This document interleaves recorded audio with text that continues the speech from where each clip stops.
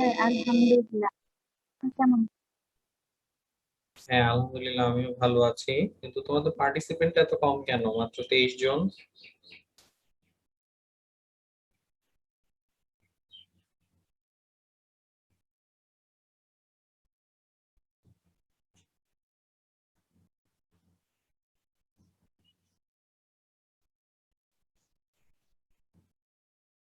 Hello.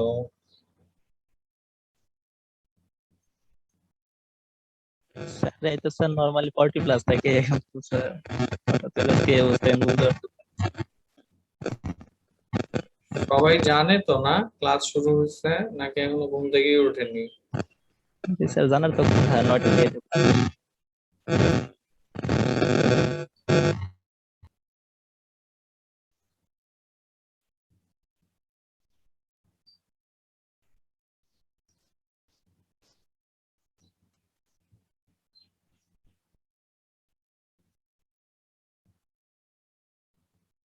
আচ্ছা, তোমাদের second mid পরীক্ষা কেমন হইলো?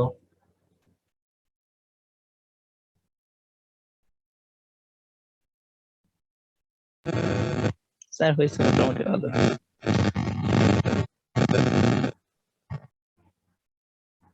আলমিনের মাইক্রোফোনটা অনেক সমস্যা করতেছে।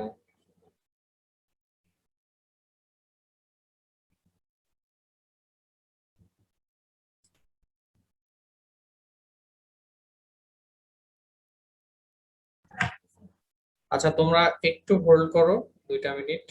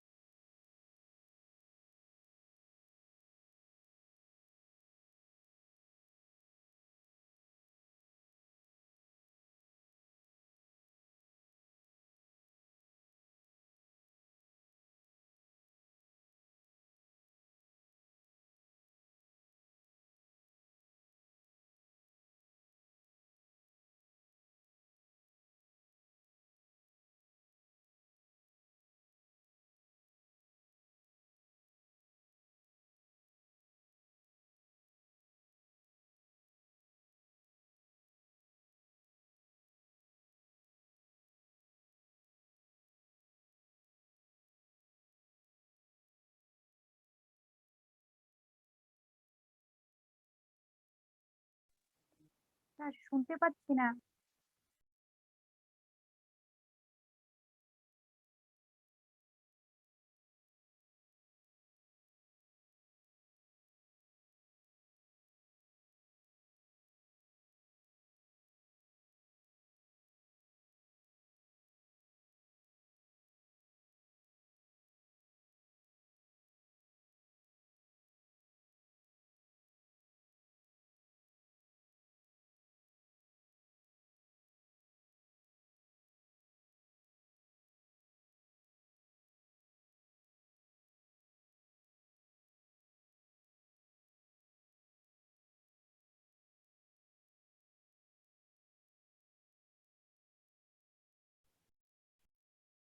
হ্যালো, আমাকে শোনা যাচ্ছে?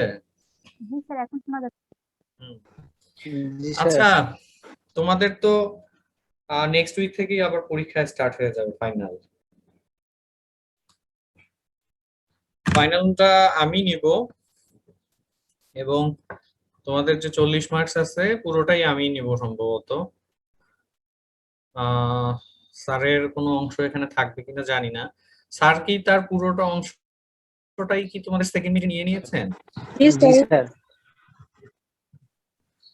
3টা চ্যাপ্টার ছিল না 2টা চ্যাপ্টার? স্যার 3টা। ও, আমি আমি জানি না, স্যার এখনো আমাকে কোনো কিছু বলেনি তার কোনো অংশ থাকবে কিনা, তবে ম্যাক্সিমাম অংশটাই আমার থাকবে। হ্যাঁ, তো আমার যে চ্যাপ্টার গুলো পড়াইছি এই সবগুলো চ্যাপ্টার থেকেই তোমাদের পরীক্ষার প্রশ্নগুলো হবে 40 মার্কসের। তোমরা তো জানো 2 ঘন্টার পরীক্ষা হবে।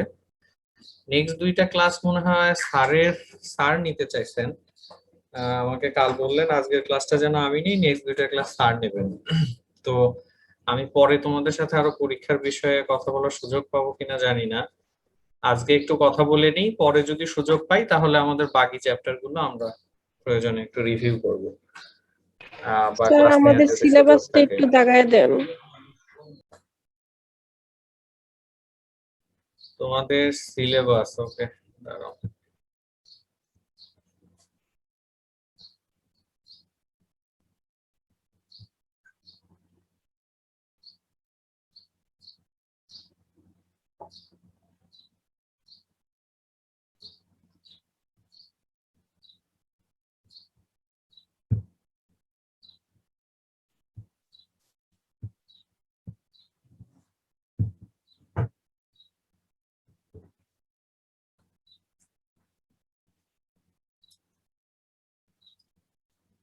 তোমাদের কয়টা চ্যাপ্টার পড়াইছি আমি?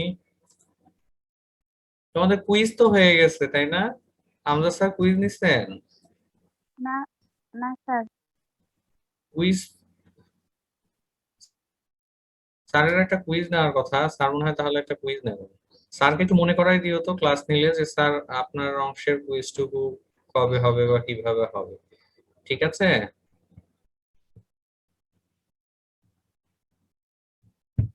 কি হলো, কথা হলো না কেন কেউ? স্যারের কিন্তু একটা কুইজ জি নিতে স্যার। হবে, স্যারকে এটা মনে করাই দিবা।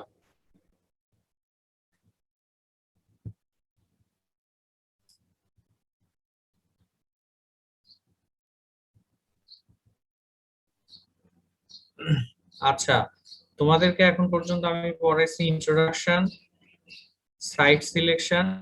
ইন্ট্রোডাকশন এবং সাইট সিলেকশনটা তো বলে দিছি তাই না? সিবাস কালচার,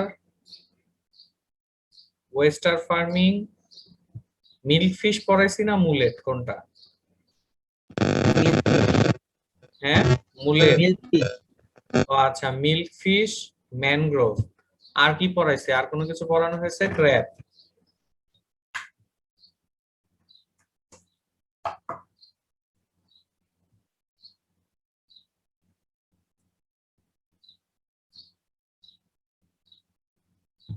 এখন তোমরা আসলে কি চাচ্ছ বলো দেখি, তোমাদের কথা শুনি আগে। স্যার স্যার সিলেবাসটা শর্ট করে দেন। ম্যানগ্রোভের 2টা সিট দিচ্ছেন স্যার, একটা থাকুক, আরেকটা তো অনেক বড়। আচ্ছা, ম্যানগ্রোভটা তাহলে আমি বলে দিচ্ছি।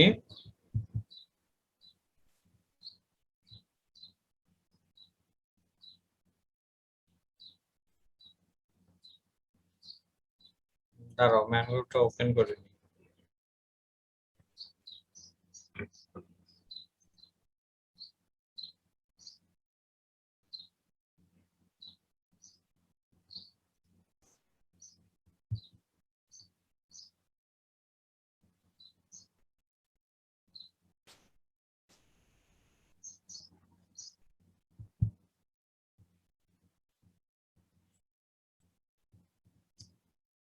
আচ্ছা শোনো, তোমরা ম্যানগ্রোভ থেকে তোমাদের যেটা আমি পড়াইছিলাম, যে ম্যানগ্রোভটা এখানে আমাদের মেইনলি ইম্পর্টেন্ট হচ্ছে তোমার ম্যানগ্রোভ কি সেটা সম্পর্কে জানা, তারপরে ম্যানগ্রোভের বিভিন্ন বেনিফিটস গুলো আছে।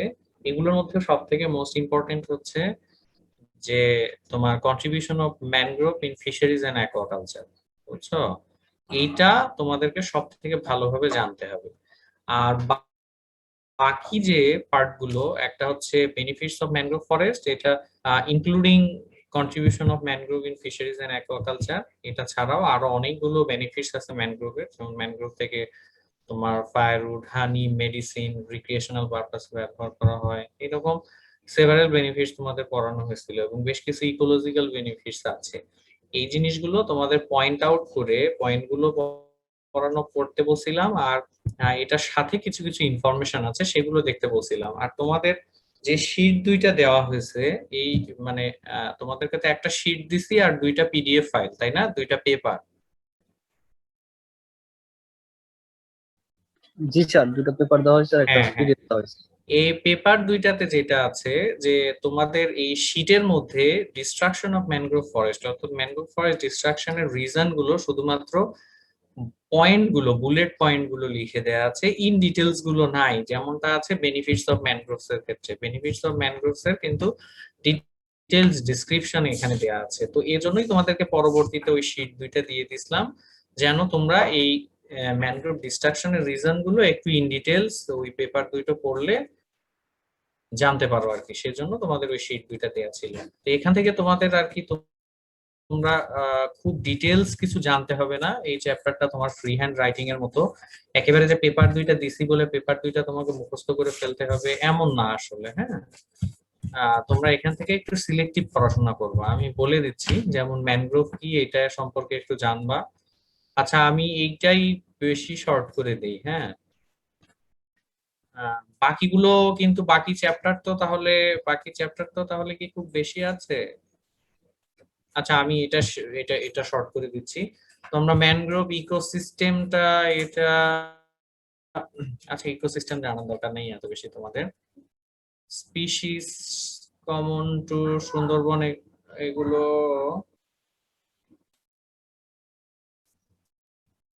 তোমাদের হয়েছে কি, বাদ দিয়ে দিলে তো একবারেই পড়বা না, তখন ওই জিনিসটা সম্পর্কে কিছু জানবাই না।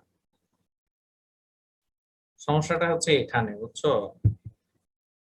স্যার যেমন আমার তো অনেক প্রেসার পড়ে যাচ্ছে প্রত্যেকটা কোর্সে, এত পড়া এবং টাইম কম স্যার, এইটাই সমস্যা। স্যার এক্সামটা পার করে দেন স্যার। স্যার কেন? এইটাই এই তোমরা এক্সাম আগে দাওনি? তোমাদের প্রেসার পড়ে যাচ্ছে মানে কি? এক্সাম আগে দাওনি তোমরা? স্যার, এতগুলো পড়া একসাথে, তারপর এতগুলা অনলাইন। পড়া একসাথে তোমরা আগে এইভাবে পরীক্ষা দাওনি? ফাইনালে তো তোমরা 4-5টা চ্যাপ্টার করেই পরীক্ষা দিছো। কারণটা হয়েছে কি জানো? এই অনলাইন ক্লাসগুলো তোমরা একদম সিরিয়াসলি নাওনি, অনলাইন ক্লাসগুলো সিরিয়াসলি কেউ করোনি, সিরিয়াসলি পড়োনি। অনলাইন ক্লাসগুলো সময় থেকেই তোমরা যদি ঠিকভাবে একটু পড়তা, এটা যদি হয়তো তোমার ইয়ের ক্ষেত্রে, মানে বাকি যে দুইটা টার্ম বাকি আছে সেই দুইটা টার্মের ক্ষেত্রে হইলে তাহলে কিন্তু ঠিক ছিল, যে ওই টার্মের পড়াশোনা অনেক আগে হয়ে গেছে, ওগুলো তো কিছুই এতদিন পরে মনে না থাকারই কথা। কিন্তু এটা তো রানিং টার্মের ক্ষেত্রে তোমরা ওই সময় সিরিয়াস থাকলে, আমি বারবার এই জন্য বলতাম যে আমি যে চ্যাপ্টার গুলো পড়াচ্ছি অ্যাটলিস্ট 2-3 বার রিডিং দিয়ে হইলেও রাখবা। তোমরা তো সেই কাজও করোনি। আচ্ছা দেখো, আহ এখানে যেটা করবা, ম্যানগ্রোভের হোয়াট ইজ ম্যানগ্রোভ এই জিনিসগুলো পড়বা। ইকোসিস্টেম সম্পর্কে জানার দরকার নেই। হেরিটেজ, এই যে বাকিগুলোও কিন্তু একটু পড়বা, ঠিক আছে? একেবারে বাদ দিয়ে দিলে হবে যে একেবারে তোমরা পড়বাই না। যেমন আমি যেটা করবো, যে তোমাদের 40 মার্কস তো, তোমাদের কোশ্চিন এখনো করা হয়নি, কোশ্চিন করার আগে আসলে বলা মুশকিল যে কিভাবে হবে। কুইজ সিস্টেম কোশ্চিন দেবো কিনা এখনো জানি না।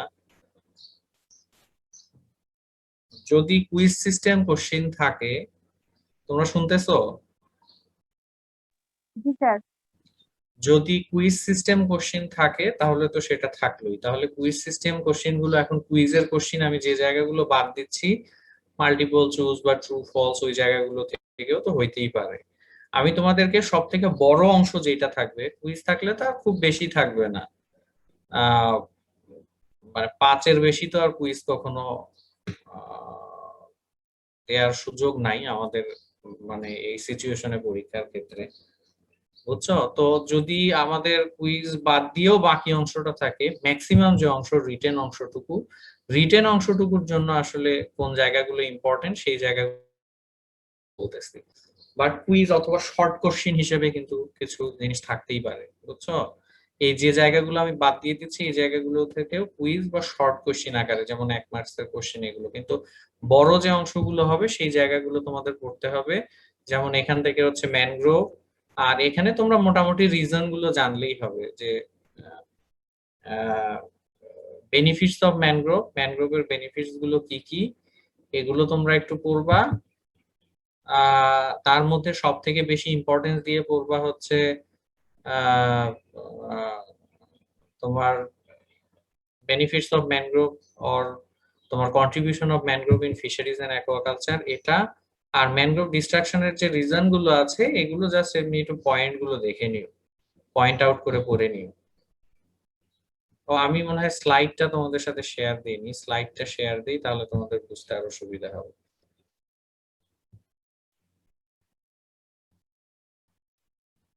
দেখো তো, স্লাইড দেখতে পাচ্ছো?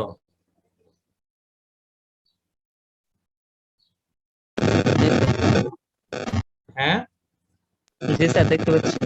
আচ্ছা। তাহলে এগুলো জাস্ট তোমরা পয়েন্ট গুলো পড়বা, মানে ম্যানগ্রোভ ডিস্ট্রাকশনে তোমরা রিজন গুলো জানো কিনা সেইটা সম্পর্কে। আর বাকি যে দুইটা শীট দিছি এর বাইরেও ওখানে কিছু এক্সট্রা পয়েন্ট তোমার দেয়া আছে, বুঝছো?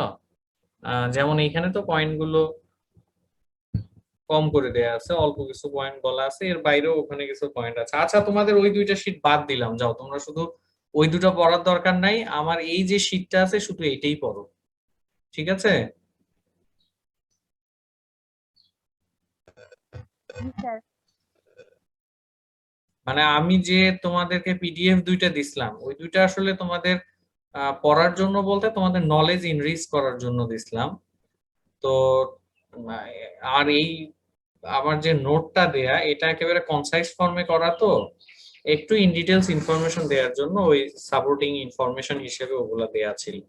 তো ওইটা বাদ দাও, তোমরা এখানে যা আছে এগুলোই পড়ো মোটামুটি। Thank you sir.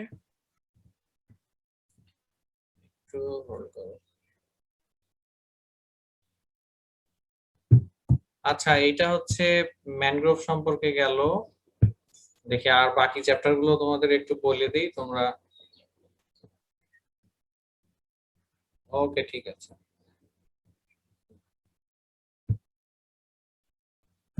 ইন্ট্রোডাকশনটা তো বলে দিছি, এটা আবার বলতে হবে?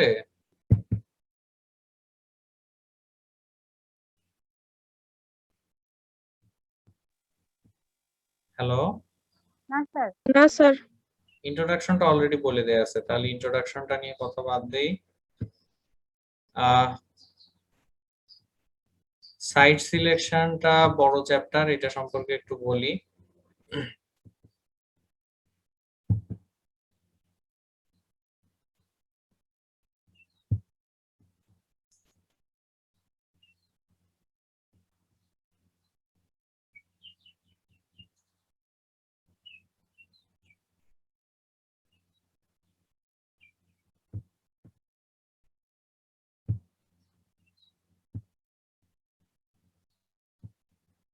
দেখতে পাচ্ছ সাইট সিলেকশন?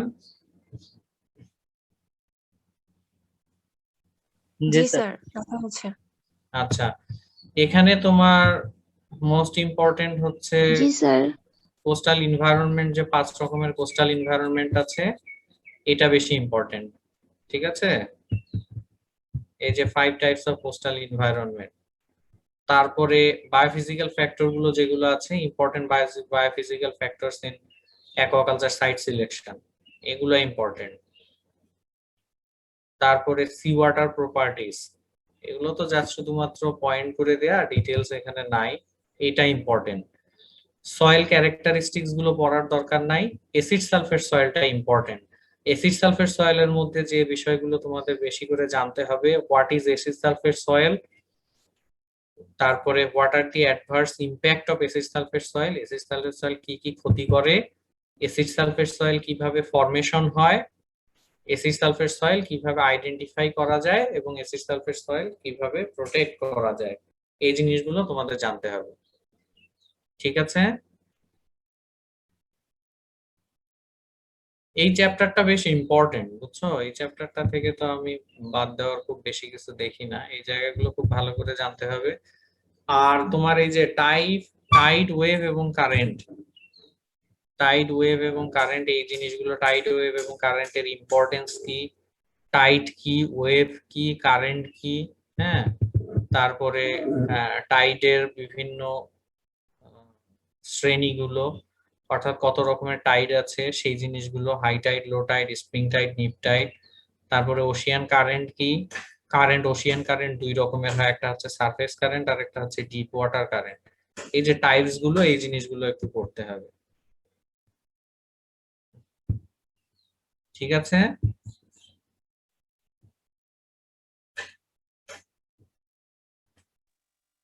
এই কথা বলো, শুনতে পাচ্ছ? জি স্যার। আরেকবার বললে স্যার মিলিয়ে নিতাম। কেউ কোনো কথাই বলো না, আমি কিভাবে বুঝবো যে আরেকবার বলতে হবে না, শুনলা নাকি বুঝলা নাকি? কেউ তো কোনো কথাই বলো না।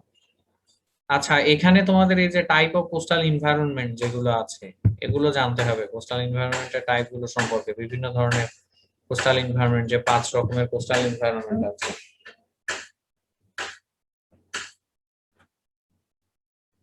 তারপরে এই বায়োফিজিক্যাল ফ্যাক্টর এবং সি ওয়াটার প্রপার্টিজ গুলো।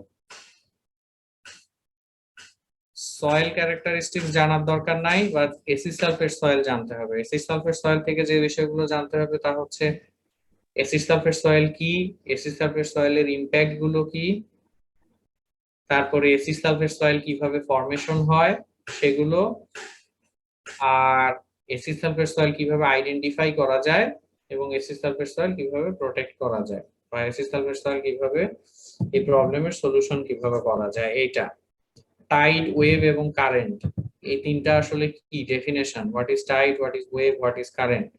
বিভিন্ন যে টাইপস গুলো আছে, যেমন টাইড কত রকমের, ওয়েভ কত রকমের, তারপরে কারেন্ট কত রকমের, এই জিনিসগুলো জানতে হবে। টাইড, ওয়েভ এবং কারেন্টের এগুলোর ইম্পর্টেন্স গুলো, এগুলো আসলে কেন ইম্পর্টেন্ট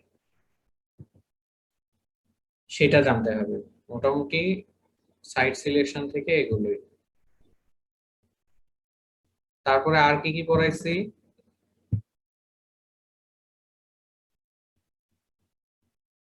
সিবাস পড়ানো হয়েছে?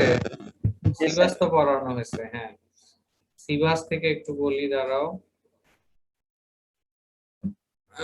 আচ্ছা, দেখি আমি যতটুকু সম্ভব, যতটুকু কমানো যায় আমি চেষ্টা করি। কারণ কিছু জায়গা আছে না পড়লে তো এই কোর্সটা অনেক কিছু জানতে পারবো না, তাই না?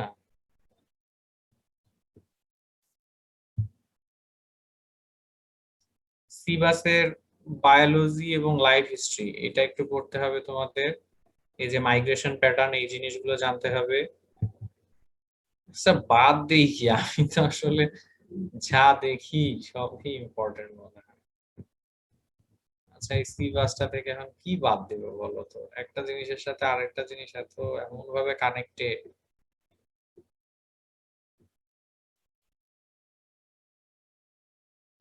সিবাসের ইনডিউসড স্পনিং এবং লার্ভাল রেয়ারিং, এটাও যেমন তোমাদের জন্য জানা দরকার। আচ্ছা, আর এখান থেকে তোমার এই যে কালচার সিস্টেম গুলো যেগুলো আছে, বুঝছো? আছো তোমরা সাথে?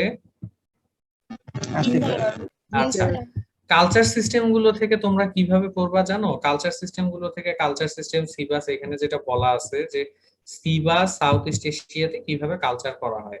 তো এই কালচার সিস্টেমের মধ্যে মোটামুটি কিছু বেসিক ইনফরমেশন তোমাদের একটু জানতে হবে, যে কোন ধরনের কালচার সিস্টেমে তোমার এই যে কি সাইজের পোনা স্টকিং করা হয়, কত স্টকিং ডেনসিটি কত থাকে, তারপরে কি খাবার দেওয়া হয় এবং কতদিন পর্যন্ত কালচার করা হয়, এই ইনফরমেশন গুলোই কিন্তু আছে শর্টলি এখানে। শুধু এইভাবে এই ইনফরমেশন গুলো পড়ে একটু লিখতে চেষ্টা করবা, বুঝছো? এটা একটু শর্ট করে তোমরা পড়বা।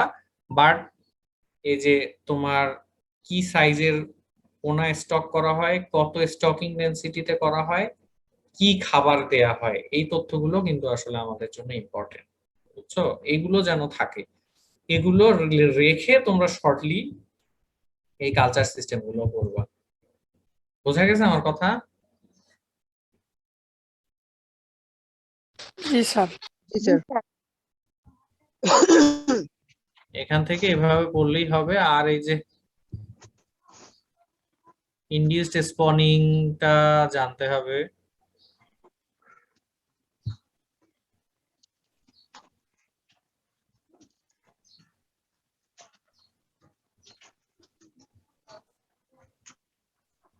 স্যার এখানকার লার্ভা ফিগার রেয়ারিং, কি লাগবে? হ্যাঁ স্যার ফিগারটা কি লাগবে? না, ফিগার আঁকতে হবে না। এখন বিষয়টা হচ্ছে কি, তুমি লিখতে গিয়ে তুমি যদি মনে করো ফিগারটা তোমার কোশ্চিনের আনসারটাকে অনেক সুন্দর করবে, তাই না? তুমি তো ফিগার চাইলে আঁকতেই পারো, আমি কি বলবো যে ফিগার আঁকো না? বুঝতে পারছো? মানে তোমার জি স্যার। লিখার প্রয়োজনে তুমি যদি মনে করো ফিগার দিলে মার্কস এর সাথে সেটা তোমার হচ্ছে আমার কোশ্চিনের আনসারটাকে আরো অনেক সুন্দর করে প্রেজেন্ট করতে হেল্প করবে। বা যদি দেখো যে 2 মার্কসের কোশ্চিন আসছে, 3 মার্কসের কোশ্চিন আসছে, তখন তুমি কি করবা, যে 2-3 মার্কসের কোশ্চিনের জন্য আর ফিগার অ্যাড করার দরকার নাই। কিন্তু আর একটু ব্রড টাইপের আসছে, 4 মার্কসের আসছে, তখন হয়তো তুমি মনে করলা যে ফিগার দিলে কোশ্চিনটার কোয়ালিটি আরো অনেক ভালো হবে। এটা তো তোমার উপরে ডিপেন্ড করবে। জি স্যার, বুঝতে তারপর পারছি। যদি তোমার আসে হচ্ছে আবার হচ্ছে মাইগ্রেশন প্যাটার্ন আসলে তখন তোমার তো এই ফিগারটা আঁকতে হবে, তাই না? জি এইরকম আর স্যার। কি বিষয়গুলো।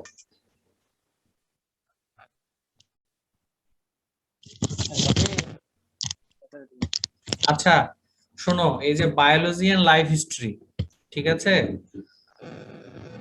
আমি আমি তোমাদেরকে A category, B category, C category এভাবে করে দেই। আমার মনে হয় না, A category, B category, C category না, এইভাবে না। আমি কোন জায়গা থেকে কি ধরনের কোশ্চিন হইতে পারে এই ধরনের ইয়েগুলো বলি। যেমন বায়োলজি লাইফ হিস্টোরি থেকে আমি খুব বড় কোশ্চিন দেবো না, এখান থেকে কোশ্চিন হলে খুব ছোট কোশ্চিন হবে।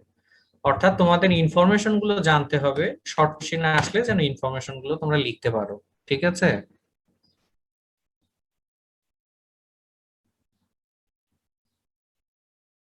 হ্যালো।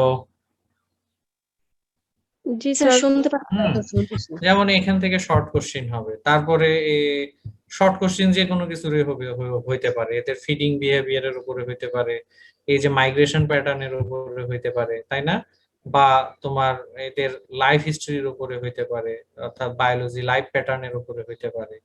শর্ট কোশ্চিন তোমার এখান থেকে হইতে পারে।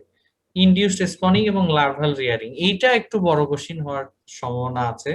যেমন যদি আমি দেই শুধু ইনডিউসড স্পনিং প্রসিডিউর লিখতে দিতে পারি, যে লেটিস ক্যালকারিফারের ইনডিউসড স্পনিং প্রসিডিউর লিখো, তখন তুমি কিভাবে লিখবা, যে কি কি ধরনের হরমোন ব্যবহার করা হয়, কি ডোজে ব্যবহার করা হয়, টেম্পারেচার কত রাখতে হয়, পিএইচ কত রাখতে হয়, স্যালিনিটি কত রাখতে হয়, তখন এগুলো তোমার একটু ডিটেলস লিখতে হবে। তারপর লার্ভাল রেয়ারিং, ইনডিউসড স্পানিং করার পরে যে লার্ভা রেয়ার করা হয়, এই লার্ভা গুলোকে কিভাবে রাখা হয়, কি খাওয়া হয়, এটাও কিন্তু মোটামুটি বড় কোশ্চিনের মধ্যেই পড়ে। আর এই যে লাস্ট যেটা কালচার অফ সিবাস, হ্যাঁ, সিবাস কালচারের এখানে দেখা যায় কি যে কালচারের যে টেকনিক গুলো আছে সবগুলো টেকনিকই একসাথে তোমরা শর্ট কনসাইসলি পড়বা, বুঝছো? যেখানে তোমার সবগুলো টেকনিকের, তোমার টেকনিক গুলোর নাম জানতে হবে। এই টেকনিক গুলো আসলে তোমার কিভাবে স্টকিং করা হয়, কি সাইজের গুলো স্টকিং করা হয়, কিভাবে তাদেরকে খাওয়ানো হয়, স্টকিং রেটটা কত কত স্টকিং রেটে স্টক করা হয়, এইভাবে শর্টলি যেন তোমরা এই সিবাস কালচার সিস্টেমটা সম্পর্কে একটু বলতে পারো। এটাও বড় কোশ্চেনের জন্য আসলে। আচ্ছা, তারপরে তোমার আর কি কি আছে?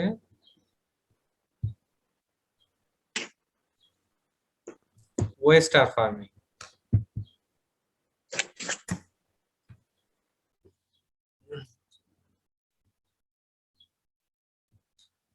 তোমাদের তো পরীক্ষার রুটিন হয়নি, তাই না? না স্যার, না এখনো স্যার। দেওয়া হয়নি।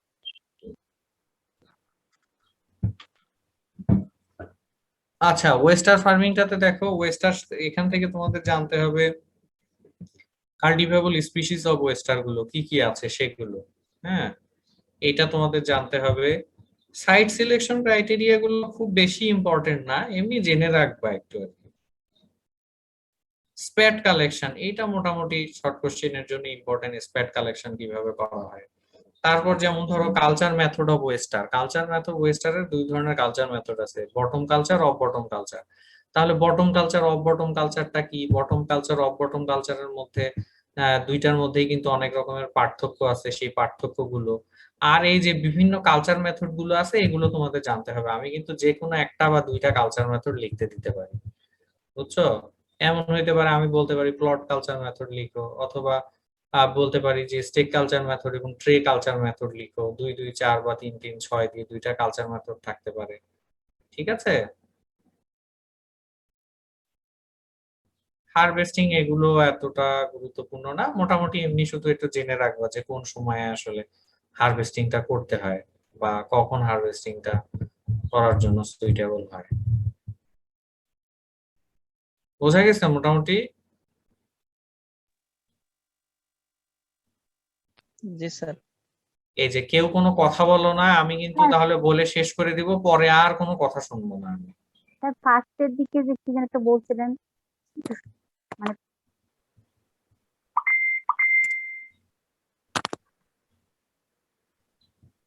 কি বলছিলাম? স্যার ফার্স্টের দিকে সাইট সিলেকশনের আগে। সাইট সিলেকশনের আগে এই যে cultivable species of oyster, sir এটা কি মানে অনেক ইম্পর্টেন্ট, মানে সবগুলো পড়তে হবে? অনেক ইম্পর্টেন্ট বলতে হ্যাঁ এটা তোমার জানতে হবে মোটামুটি। যে এখানে তো আমাদের মনে করো এই যে বাংলাদেশে কোন স্পিসিস গুলো অ্যাভেলেবল সেগুলো আছে, তারপরে ওয়ার্ল্ড ওয়াইড কোন স্পিসিস গুলো সব থেকে বেশি পরিমাণে কালচার করা হয় সেগুলো আছে। এই কাল্টিভেবল স্পিসিস গুলো সম্পর্কে জানতে হবে। সাইট সিলেকশনটা বলছি যে এটা একটু এটা মোটামুটি তোমাদের একটু ধারণা রাখতে হবে আর কি, যে টেম্পারেচার কত লাগে, স্যালিনিটি কত লাগে, ডেপটা কিরকম দরকার, এটা খুব ইম্পর্টেন্ট না, তারপরে একটু দেখে রাখা ভালো আর কি। তারপরে স্প্যাট কালেকশন কিভাবে করা হয় এটা তোমাদের একটু জানতে হবে। আর এই যে কালচার মেথড গুলো, আমাদের যেহেতু কোস্টাল অ্যাকোয়াকালচার কোর্সটাই হচ্ছে ম্যারিকালচার, অর্থাৎ কালচারটাকে আমরা ফোকাস বেশি পরিমাণে দিই, এই জন্য এই যে কালচার টেকনিক গুলো তোমাদের কিন্তু একটু সবগুলো কালচার টেকনিক জানতে হবে। হারভেস্টিং স্টোরেজটাও খুব বেশি ইম্পর্টেন্ট না, এটা এমনি একবার একটু দেখে নিবা। এখানে মোটামুটি তোমার এই কালচার টেকনিক গুলো, oyster culture, methods of oyster culture, spat collection আর এই যে কাল্টিভেবল স্পিসিস অফ ওয়েস্টার, এগুলো বেশি ইম্পর্টেন্ট।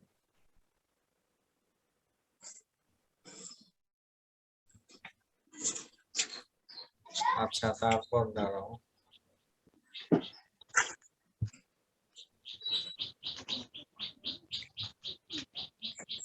আর কি কি ছিল? মিল্ক ফিশ, মিল্ক ফিশ না মুলেট? মিল্ক ফিশ বললা তো তাই না? মিল্ক জি fish. Sir sir milk fish.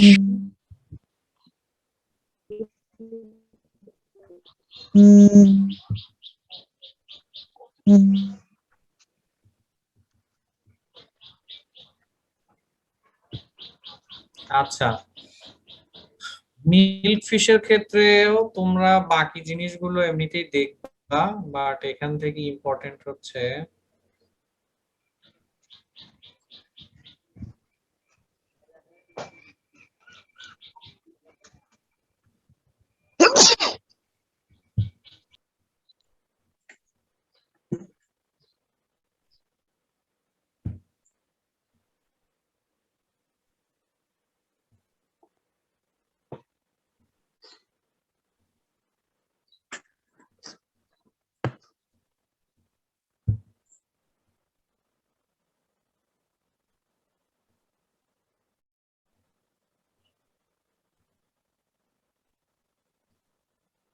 আচ্ছা মিল্ক ফিশের ক্ষেত্রে এই যে মিল্ক ফিশের তোমার এই যে ফিডিং, তারপরে এই যে মিল্ক ফিশের যে বিভিন্ন কালচার টেকনিক গুলো আছে, pond culture, pen culture, cage culture, milk ফিশের ফিডিং, তারপরে মিল্ক ফিশের এই এই কালচারের রিলেটেড বিষয়গুলো বেশি ইম্পর্টেন্ট, বুঝছো? আর বাকি যে জিনিসগুলো আছে এগুলো এমনি শর্টলি পড়বা, খুব শর্ট কোশ্চিন যদি হয় সেক্ষেত্রে যেন আনসার করতে পারো। যেমন fry collection method, induce spawning, এগুলাতে খুব বেশি পরিমাণে তথ্য নাই, খুব সিম্পল তথ্য আছে। তারপরে হারভেস্টিং এর কি কি টেকনিক গুলো আছে এগুলো মোটামুটি একটু কম করে একটু দেখে যাবা, বাট এটার কালচার সিস্টেম গুলো যেমন নার্সারি রিয়ারিং এবং হচ্ছে যে পন্ড গ্রো আউট, মেল ফিশের গ্রো আউট কিভাবে করা হয় পেন, পন্ড, পেন এবং কেজে, এগুলো আর এই যে মিল ফিশের ফিডিং, এগুলো বেশি ইম্পর্টেন্ট। ঠিক আছে? স্যার নার্সারি এইটা কোনটা? হ্যাঁ, নার্সারিটাই তো বললাম যে নার্সারি রেয়ারিং কিভাবে করা হয়। এখানে তোমার খুব ইম্পর্টেন্ট কিছু বিষয় আছে, যে মিল্ক ফিশ তো আসলে অ্যাকচুয়ালি ওয়াইল্ড থেকে হারভেস্ট করে নিয়ে আসা হয়, হারভেস্ট করে নার্সারি রিয়ারিং এদের করতে হয়। নার্সারি রিয়ারিং এর জন্য পন্ড প্রিপারেশনটা কিন্তু খুব ইম্পর্টেন্ট এখানে। যেমন মিল্ক ফিশ তোমার মেইনলি খায় হচ্ছে ল্যাব ল্যাব। ল্যাব ল্যাব কি এটা মনে আছে? এখানে সুন্দর করে বলা আছে হোয়াট ইজ ল্যাব ল্যাব, এগুলো পড়বা যে ল্যাব ল্যাব কিভাবে প্রোডাকশন করতে হয়, নার্সারি প্রোডাকশনের জন্য পন্ড কিভাবে প্রিপেয়ার করতে হয়। নার্সারি প্রোডাকশনের জন্য পন্ড প্রিপারেশন আর হচ্ছে গ্রো আউট, এই যে পন্ড কালচারের জন্য পন্ড প্রিপারেশনটা মোটামুটি অনেকটা কাছাকাছি। তো তোমরা নার্সারি রিয়ারিং এবং গ্রো আউট এই দুইটা ইনক্লুডিং এই যে ফিডিং, এই জিনিসগুলো খুব ভালো করে তোমাদের জানতে হবে। মিল্ক ফিশের ইনডিউসড স্পনিংটা এখনো সাকসেসফুল হয়নি প্রপারলি, পুরোপুরি। এই জন্য বলতেছি যে এখানে যা আছে এমনি একটু দেখবা, যেহেতু এখনো আমাদের সাকসেসফুল হয়নি, এস্টাবলিশড কোনো প্রসিডিউর নাই, সেই জন্য এটা খুব একটা গুরুত্বপূর্ণ না। এটা একটু দেখে নিবা, fry collection method. Fry collection যেহেতু ওয়াইল্ড থেকে হারভেস্ট করা হয়, কিভাবে হারভেস্ট করা হয়, কিভাবে ট্রান্সপোর্ট করা হয়, এখানে কিছু এই সম্পর্কে কিছু তথ্য আছে, এগুলো একটু জানা দরকার। আর এই যে হারভেস্টিং, কখন হারভেস্টিং কিভাবে করা হয়, তোমরা একটু হোল্ড করো তো।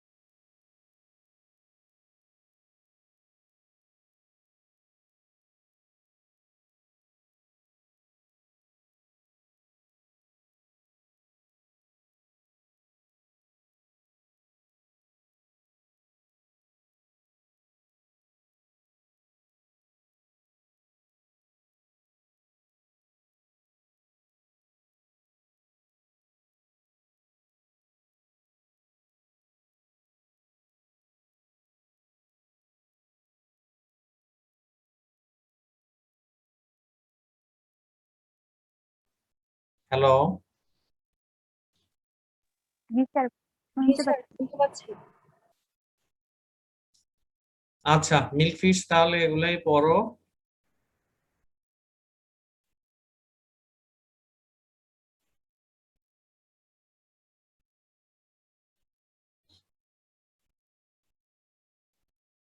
আর কি কি যেন চ্যাপ্টার, আর কি কি ছিল? Crab culture. Crab culture.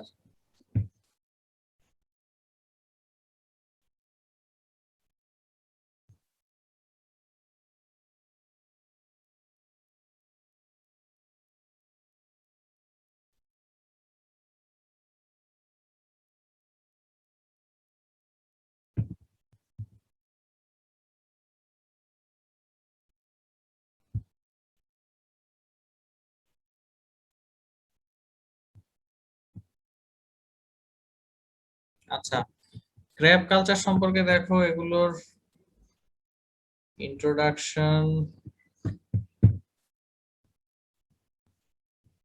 Distribution, habitat of মাড crab, এগুলো এমনি একটু তোমরা একটু পড়ে নিবা, বুঝছো? একটা স্পিসিস সম্পর্কে জানার জন্য তো ওগুলোও কিছু জানতে হয়। আমি যেমনটা বলতেছি যে আমাদের কালচারটা আসলে বেশি ফোকাস করা বেশি গুরুত্বপূর্ণ, তো এই জন্য কালচার গুলো তোমাদের ভালো করে জানতে হবে। যেমন ক্র্যাব কালচার ইন কেজেস, কেজে কিভাবে ক্র্যাব কালচার করা হয়, ক্র্যাব কালচার ইন পন্ড, পন্ডে কিভাবে ক্র্যাব কালচার করা হয়, এগুলো তোমাদের জানতে হবে। স্টকিং ফিডিং, কি রেটে স্টকিং করা হয়, ক্র্যাবকে কি কি খাবার দেয়া হয়, হ্যাঁ, এই জিনিসগুলো কিন্তু তোমাদের জানতে হবে। এই যে ক্র্যাব হারভেস্টিং, হারভেস্টিং কখন করা হয়, হারভেস্টিং এর বিভিন্ন টেকনিক গুলো, এগুলো খুবই ইম্পর্টেন্ট। ক্র্যাব মার্কেটিং কিভাবে করা হয়, ডিটেলস মার্কেটিং প্রসিডিউরটা তোমাদের জানতে হবে। আর দুইটা দুইটা টেকনিক, এই যে হার্ডেনিং ফ্যাটেনিং, হার্ডেনিং কি ফ্যাটেনিং কি, হার্ডেনিং কিভাবে করা হয়, ফ্যাটেনিং কিভাবে করা হয়, সফট শেল ক্র্যাব ফার্মিংটা কি, সফট শেল ক্র্যাব ফার্মিং এর বর্তমানে কি অবস্থা, এটা কিভাবে করা হয়, এগুলো বেশি ইম্পর্টেন্ট, বুঝছো? Crab hardening, fattening, soft shell crab farming, তারপরে ক্র্যাবের কেস কালচার এবং পন্ড কালচার, ক্র্যাব কিভাবে কি কি ক্র্যাবের ফিডিং, ক্র্যাবকে কি কি খাবার খাওয়ানো হয়, তারপরে হারভেস্টিং, মার্কেটিং, এগুলো তোমাদের ভালো করে জানতে হবে। বাকিগুলো এমনি একটু দেখে যাবো। আচ্ছা, ম্যানগ্রোভটা তোমরা এই যে কালচার যে টেকনিক গুলো আছে, কালচার সিস্টেম গুলো আছে, এগুলোই সব থেকে বেশি ভালো করে পড়ো। আমি ম্যানগ্রোভটা আরো শিথিল করে দিচ্ছি।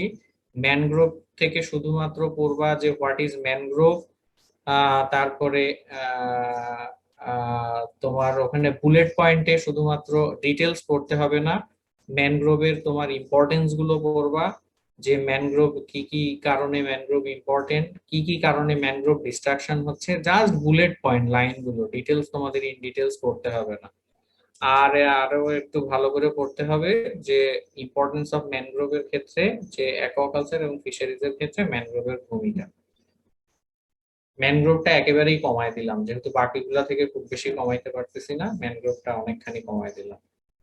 ঠিক আছে? Okay sir. ওকে, তাহলে এই পর্যন্তই থাকলো। পরীক্ষায় আমি যদি আরেকবার সুযোগ পাই তোমাদের সাথে কথা বলার, তাহলে প্রয়োজনে না হয় আরেকবার পরীক্ষা নিয়ে কথা বলবো। পরীক্ষার আগে সুযোগ হবে কিনা জানি না। স্যারের সাথে একটু কথা বললো যে স্যারের সাথে তোমরা তোমাদের কুইজের বিষয় নিয়ে কথা বলো। স্যার ফাইনালে তার অংশ থেকে কোনো কিছু রাখবে কিনা এটা আমি স্যারের সাথে কথা বলে জেনে নিব, জেনে নিয়ে সে বিষয়ে তোমাদেরকে ইনস্ট্রাকশন দিব। আর যেহেতু স্যার সেকেন্ড মিড নিয়ে নিছেন, স্যার যদি তার কোনো অংশ না রাখেন তাহলে আমার অংশটা থেকেই আমি ফাইনাল পরীক্ষাটা নেব, পুরোটা থেকে আমার অংশটা থেকেই, স্যারের অংশটুকু আর তখন রাখবো না, ফাইনালটুকু শুধু আমার অংশ থেকেই হবে। আর মোটামুটি এই যে আমি শর্ট কোশ্চিন থেকে শুরু করে ব্রড কোশ্চিন সব রকমের কোশ্চিনই কিন্তু থাকতে পারে, বুঝছো? কুইজটা আমি না রাখারই চেষ্টা করব, কারণ কুইজ তোমার রিটেন ফর্মে কুইজ এগুলো অ্যারেঞ্জ করা একটু ডিফিকাল্ট হয়ে যাবে। আমার ইচ্ছা হচ্ছে কুইজ না রাখা, তবে শর্ট কোশ্চিন আমি রাখতে পারি, যেমন 1 মার্কসের শর্ট কোশ্চিন হতে পারে, আর 2 থেকে 4 বা 5 পর্যন্ত কোশ্চিন হবে। ব্রড কোশ্চিন হলে 4-5 এরকম বড় করে কোশ্চিন দিয়ে দেবো। তবে বেশিরভাগ কোশ্চিন গুলোই থাকবে তোমার এই যে 3-4 এরকম করে আর কি।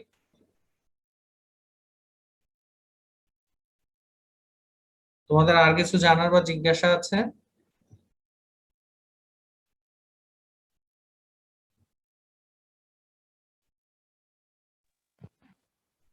স্যার আমাদের প্র্যাকটিক্যাল ক্লাসগুলোর ব্যাপারে আমরা কি করতে পারি?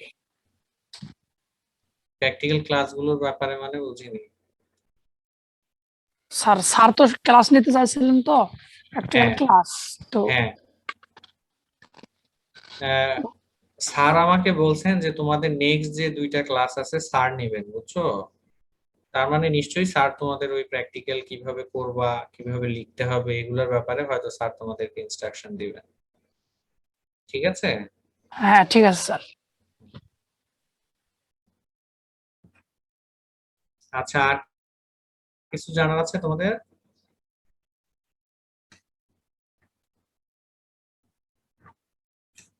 ঠিক আছে, আর মনে হয় কোনো প্রশ্ন নাই।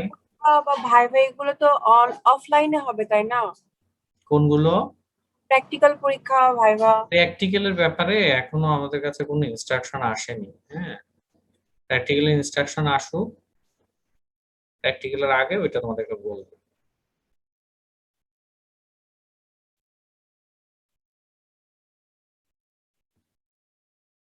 তো ঠিক আছে, সবাই ভালো থেকো, ভালোভাবে পরীক্ষার প্রিপারেশন নাও। স্যার আসসালামু আলাইকুম।